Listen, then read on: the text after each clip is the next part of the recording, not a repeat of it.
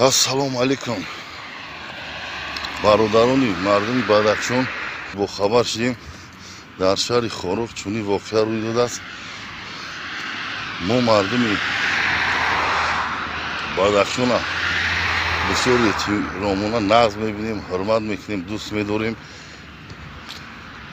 мардуми ба фарҳанг, бо нанг, ба ор, ба номусанд.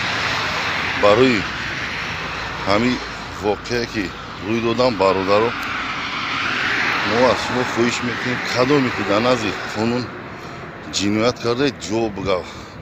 бояд мо дигар мардум бо ҳамроҳи мардуми Хорух якҷоя имрӯз давлате ки обод аст, давлате ки бигем тинҷу ором аст,